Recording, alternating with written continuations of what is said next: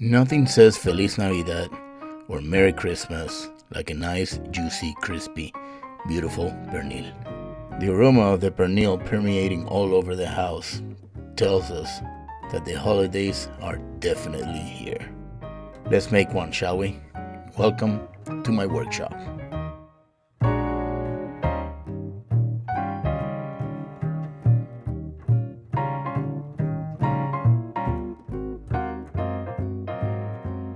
So the story goes that this is a very popular dish from the Caribbean. In its true form, the pernil is the ham part of the pork shoulder.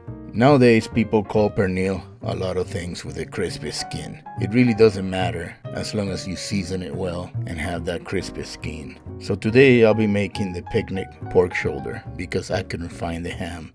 It's gonna taste amazing no matter what. And let's make this thing. It will be delicious.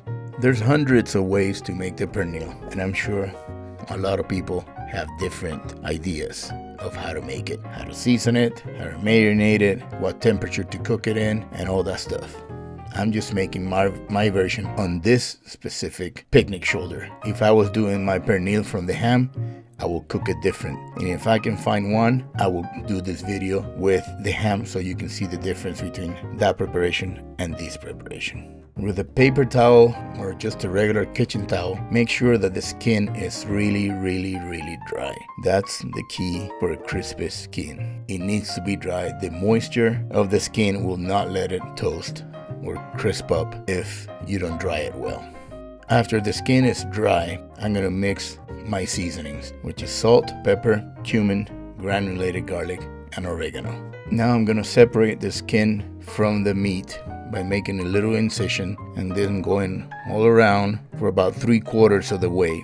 I'm gonna leave it attached here at the leg, but I'm gonna lift it up from the rest of the meat. After I do that, I'm gonna season well underneath the skin and then all over the pernil. So I make these shallow diagonal cuts to make sure that any moisture that is underneath the skin comes out while I season with salt and pepper. After about 2 to 3 hours, I'm gonna go ahead and put it in the oven at 350 degrees for about an hour and a half. This is a 9-pound picnic, 9-pound pernil. And here's the biggest difference between when I cook this one and when I cook the ham. The ham usually are about 16 to 18 pounds. So I don't make any holes in the meat on this one.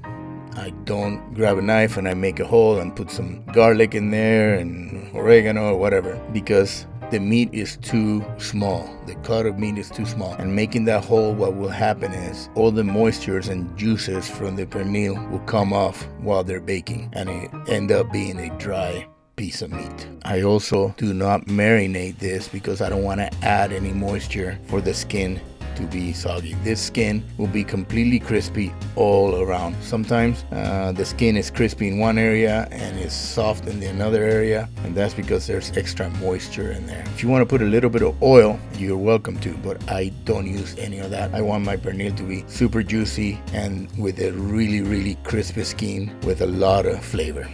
After about an hour and a half, I reduce the heat to 300 and I go another 2 hours. Once those 2 hours are passed, or 15 minutes before, I check the temperature. If my pernil is around 160 to 165 or maybe 168 degrees, I pull it out, make sure that it's fine everywhere, then increase the temperature to 425 degrees and go back in the oven for about 20 to 30 minutes until this crispy skin has formed and there's bubbles that you can see and it's extremely crispy.